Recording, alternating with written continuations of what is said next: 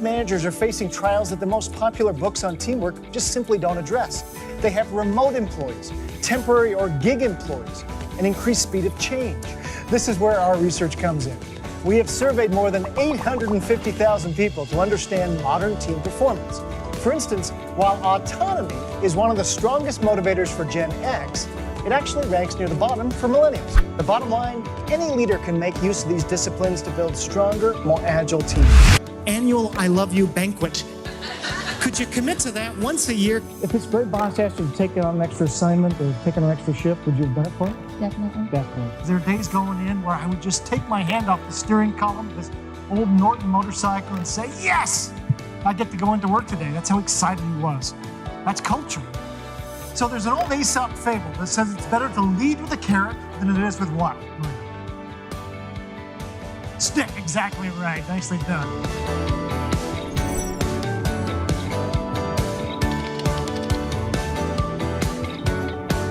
Today, with this current economic climate, everybody is wondering how you get more with less. How do you get more out of your people if you, there's not a lot of raises to go around. So we actually get busier in these times. The great organizations recognize their people and move themselves forward by setting very clear goals and recognizing people when they achieve those goals. It sounds simple, but rare is the organization that actually does that. Okay. Oh, nicely done.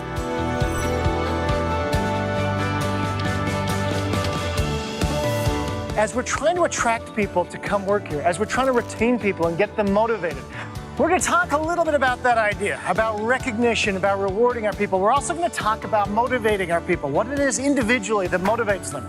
Obviously, impact. We're going to talk a lot about impact and mission. The point is this, great teams root for each other. Is that first off, the idea of Kaizen, you've got to challenge the status quo, but everybody has to feel safe to speak up and challenge that status quo. So one of the organizations we saw this work with recently is called Bell Helicopter. 80-year-old Bell Helicopter.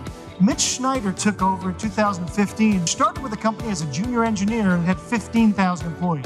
So over 80 years, they saw their market share again slowly going down. So they created an innovations team that would work cross-functionally with all of our different departments. And he says, at first, it did not go well. He says, so I realized we got to change things up. He says, I brought my group together. He says, guys, we got to create a safe place.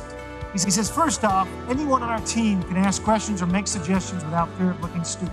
There's no dumb idea. In fact, one of the things he said is that we have to use a piece of every idea. That became really difficult. He says the second thing is we're going to be respectfully challenging each other without ever acting negative. Anyone can suggest an innovative idea without being perceived as disruptive. He says, and the debates started. And he says, eventually they started listening. They started kind of challenging that status quo.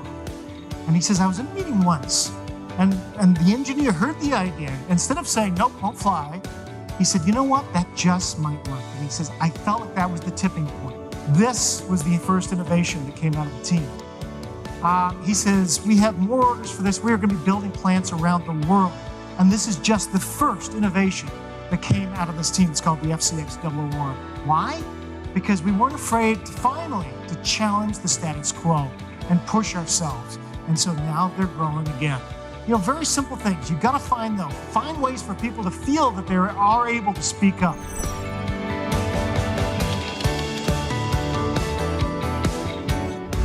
Answers we seek are really simple as you begin this process of finding who you are as a company. Where are we going? And finally, how are we going to get there? You answer those questions for me, and I'm going to be engaged. Nicely done, Bertha.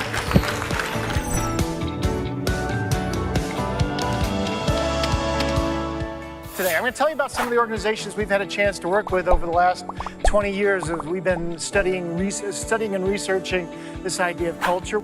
The Harvard Business Review, the Wall Street Journal, Fortune magazine have given some real nice credence to our work over the years now. They've said, look, this is no longer the soft side of business. Is there potential locked within your workforce or within yourself? What we've learned about employee engagement will change the way you do business. And we're going to have some fun doing it. Thank you, everybody, for your time. Appreciate it.